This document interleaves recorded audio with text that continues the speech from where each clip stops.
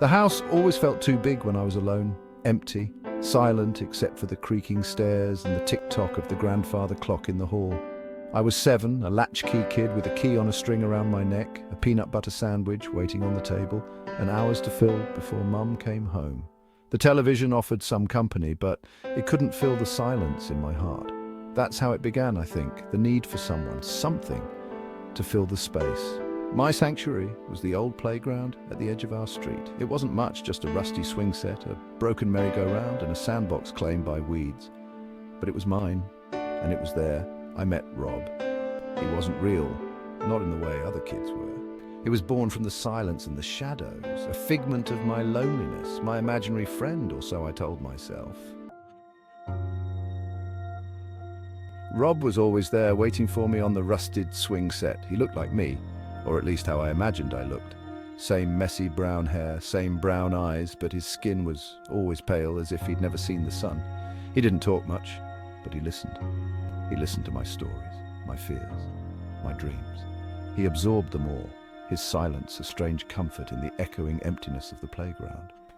We'd spend hours on that swing set, swaying back and forth, our feet kicking up dust devils in the afternoon sun. Sometimes we'd venture into the woods beyond the playground, whispering secrets to the trees, our laughter swallowed by the leaves. He was my confidant, my protector, the brother I never had. "Why are we alone, Rob?" I remember asking him once, my voice barely a whisper. He didn't answer, not in words, he never did. Instead, he pointed to the sky, to a lone hawk circling high above. It was as if he was telling me that everyone, even the hawk, experiences solitude in their own way. I made him a doll once out of twigs and leaves, held together with string.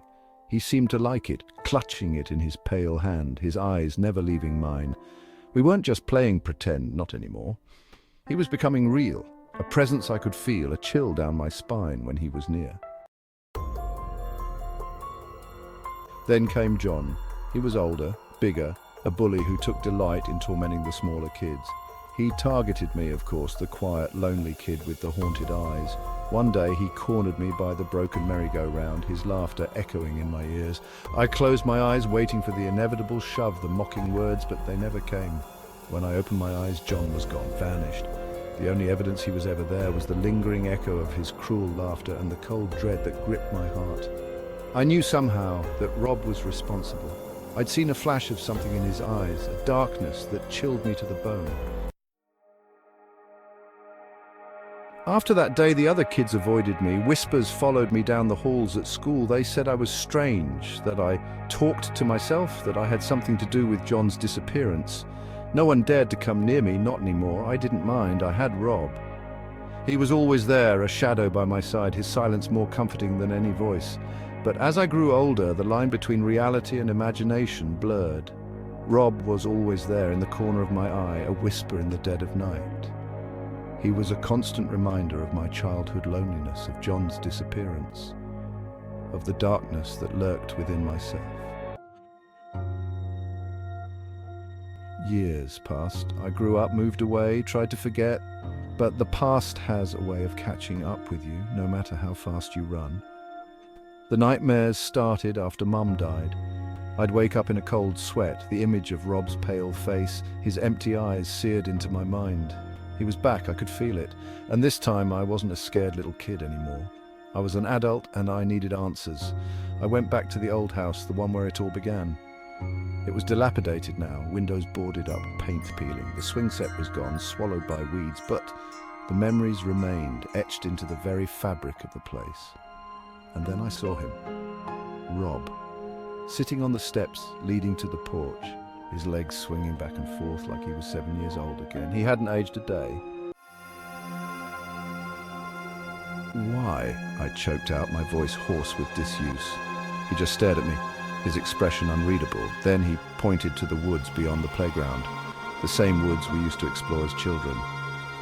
It was a silent invitation, a summons I couldn't ignore. As I followed him into the woods, the air grew cold, heavy with the stench of decay. The sunlight struggled to penetrate the dense canopy, casting long, eerie shadows that danced around us. He led me deeper and deeper until we reached a clearing, and that's when I saw it. A shallow grave, marked by a crude wooden cross, half hidden by overgrown vines. My heart pounded in my chest, a primal fear gripping me. I knew without a doubt what I would find. With trembling hands, I fell to my knees and started to dig. The earth was soft, yielding easily to my touch. It wasn't long before my fingers brushed against something hard. I swallowed the bile rising in my throat and continued digging until I unearthed a child's shoe, John's shoe. The world spun around me, memories flooded back, fragmented and terrifying. John's mocking laughter, the flash of darkness in Rob's eyes, the whispers that followed me like shadows. It was all true. Rob, my protector, my confidant, had taken something from me. He had taken my innocence, my chance at a normal life. I looked up, but Rob was gone, vanished into thin air like he had all those years ago. I was alone, surrounded by the silence of the woods, the weight of my discovery crushing me. Had he been real all along, or was he just a figment of my guilt, my loneliness, my inability to cope with the darkness within myself? As I stumbled out of the woods, the sunlight blinding after the oppressive darkness, I knew one thing for sure. Some questions are better left unanswered. Some truths are too terrifying to face, and some companions, even the imaginary ones, never truly leave our side.